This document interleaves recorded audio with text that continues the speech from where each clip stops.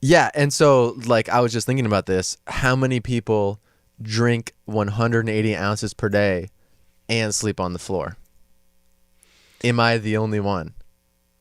We had this discussion I know last time because that was just I for the bed. It proposed that was you just could for have the been. bed, though, right? Yeah, yeah. There's got to be some other people that sleep on the floor.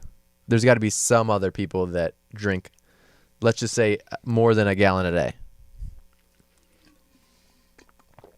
I don't know. That's a good question.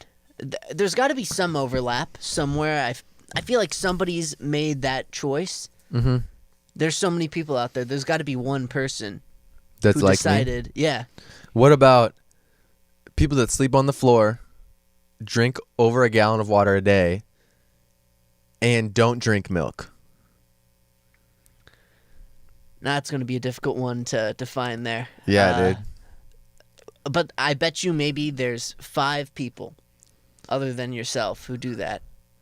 Yeah, and I wonder, based on just those 3 attributes, I wonder how likely it is that I would mesh well and maybe even like become friends with people that have these attributes. Like,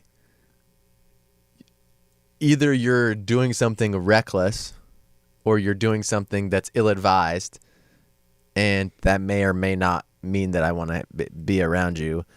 It just depends on what kind of reckless choices you're making. Or I may like them, or I may not like people that are like me, which is interesting. What if the person that you met was a radical? Like, nobody's going to sleep in the beds. Nobody's going to drink the milk. Everyone's going to drink this minimal amount of water. We are going to go and force people to do this. If they don't, we'll throw them into the ocean. What if you met that person? Then it's like, it's a whole nother ball game, because then you're like, whoa, that's not what I'm a part of, you know? It becomes a different thing. Well, I'm not going to, like, number one, you'd be really tired if you threw all those people in the ocean. It would take a lot of effort. Because there's like, even if it was mandatory, it would be interesting if that like drinking water was something that was mandatory. That would probably make a lot more people healthy, and that would be interesting on how that would affect just general happiness. But I don't believe you should force people to do stuff.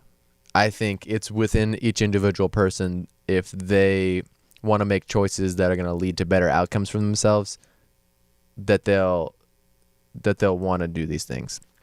And it's likely that if they're hanging around people that are doing stuff like this, it's easier to adopt those sort of things.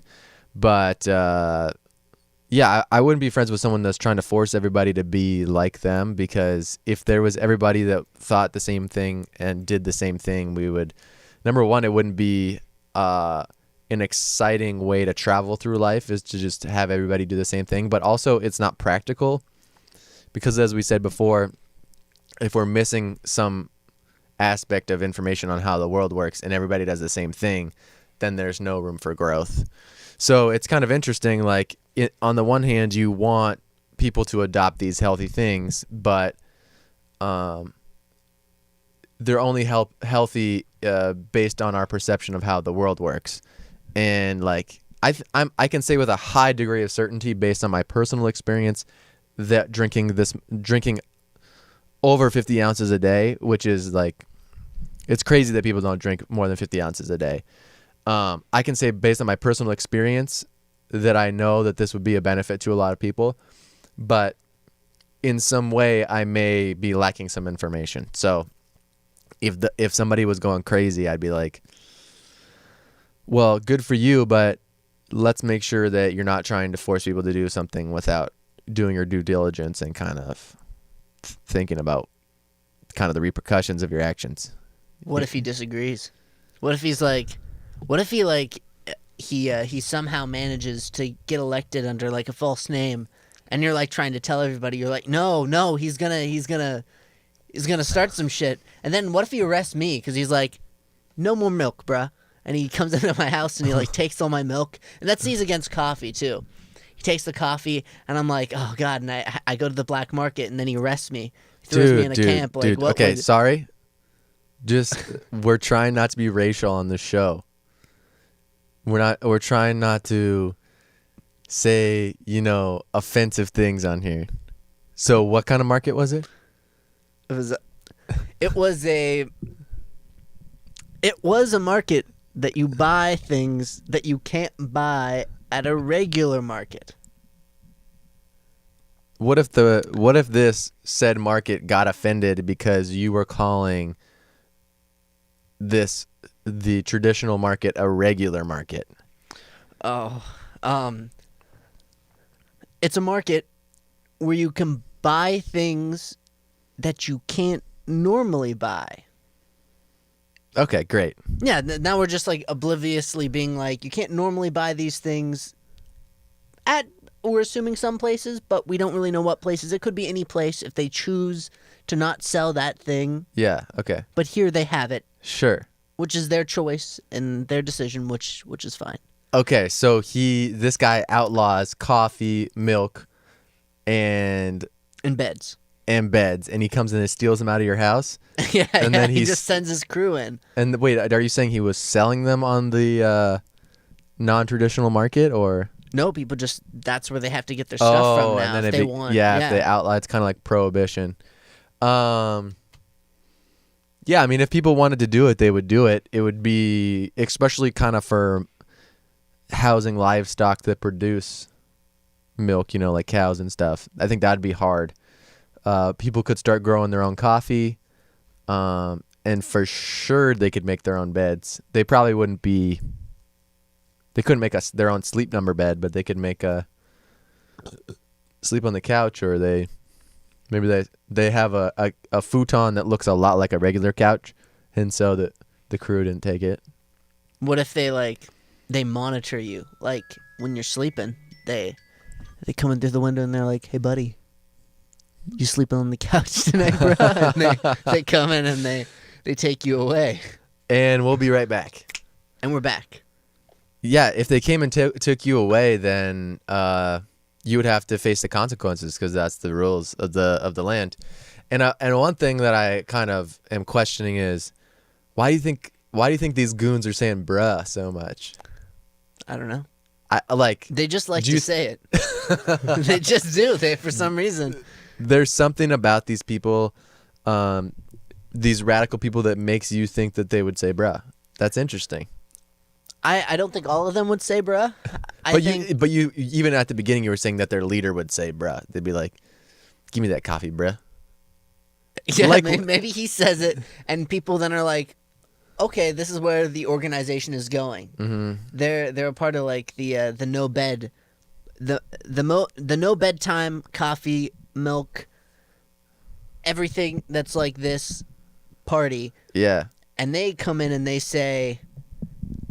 And he just uses the word "bruh" because whenever somebody does something that he doesn't like, he's like "bruh," and then he comes in and he just. So there's two different bruhs though. There's saying you're like your homie bruh, and then there's like something that happens that you don't like, and then there's like that meme of the going bruh. That's what I imagined was the bruh. He just kind of just whenever you do something wrong in this society, just the bruh sound effect switches on, and he appears in your house, and he's like. Nope. So, in this, fabricated but not so hard to believe future, people must have voted for this. So it must have gotten to a certain point where people didn't like all these things, right? What if he hid his intentions? Like he was like, "Listen, we're gonna reform the system to be better. We're going to make sure that from now on the animals are going to be raised properly, and we're going to make sure that we're growing the right amount of coffee, not limiting the market necessarily, but growing the right amount, and beds will be made sure to be more healthy for humans because some people don't have nice beds, and I think everyone should have a nice bed." And then he gets into office and he's like, no beds, that's the best decision for you. No milk at all, and no coffee. Okay, so let's just be clear here to start out with. I'm not against coffee in the way that I'm against milk. Okay. Okay. And But this guy, that's his, his and decision. I'm also okay with people sleeping in beds. I just think that, especially on the waterfront, and yeah, mainly water and milk and kind of milk products.